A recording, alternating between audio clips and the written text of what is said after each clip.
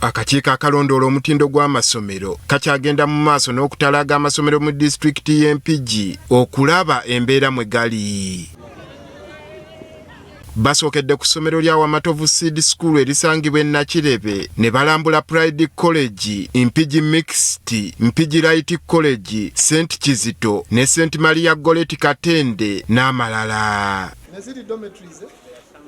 Essira okusinga akakiiko kano kalitadde nnyo ku mutindo gw'ebisulo by'abayizi. Ku ssomero Mpigi Light College abakulira essomero lino basoyeddwa kajjojijjoji w'ebibuuzo ku ebyo ebibalambikibwa okugobererwa. Just say yes or no. That is okay. Every dormitory has an occupancy permit? No. We're not operation permit, occupation permit. Occupancy. Eno wasangiddwayo bametroni abalabirira abaana nga tebalina bisaanyizo nga kuliko n'omukadde agenderedde mu myaka atakkirizibwa ku mulimu guno. Minimum academic qualification for matrons should be primary 7, at least 30 years of age. Tewali ayita. Jaja is off. In principle, what is your age?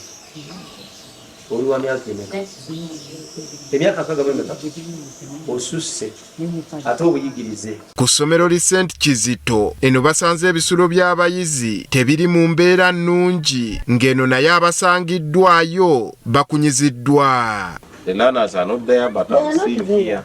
No, but what about these beds for? Even the mattresses? Even the mattresses. What you had a plan for bringing which parent can allow that one? Obwedde ebibuuzo bibabuuzibwa ng'amatama ntengo. But it's not a direct performance indicator. Hey. What we are asking you, are the areas you can score a mark. Like you were advised to remove backlash. And if you are moved from there. Akulira ebyenjigiriza mu disitulikiti eno Debola Nakimbugwe agamba kimuwadde essanyu okulaba nga amasomero gagezezzaako okugondera ebiragiro ebyagaweebwa. Mulimu obuntenti obulamu ramps zibulamu bwe zityo naye nga general okutwaliza awamu we appreciate nti ba management z'amasomero ne ba head teachers bagezezzaako okuteeka mu nkola recommendations ezaalekebwa bagezezzaako okulaba nti bazitambuza era tubeebaza. Gye batannatuuka baweereddwa amagezi okwetereza nga bukyali. Buli muntu yenna head teacher yenna school management yonna tubakoowoola nti buli omu alina ekisulo nga tulina kye twaleka emabega okubasigamba nti balongoose mu mbeera y'abaana mwe basula ebeere nga eruŋŋamizibwa tusobole okubeera nga tulina safe environment eri omwana w'eggwanga. Ekirala ekizuuliddwa amasomero mangi tegafuddeeyo kwanguyiza abaana abaliko obulemu. Abaana baffe abaliko obulemu tebasobola kuyingira mu gye basula kubanga tewali ramps.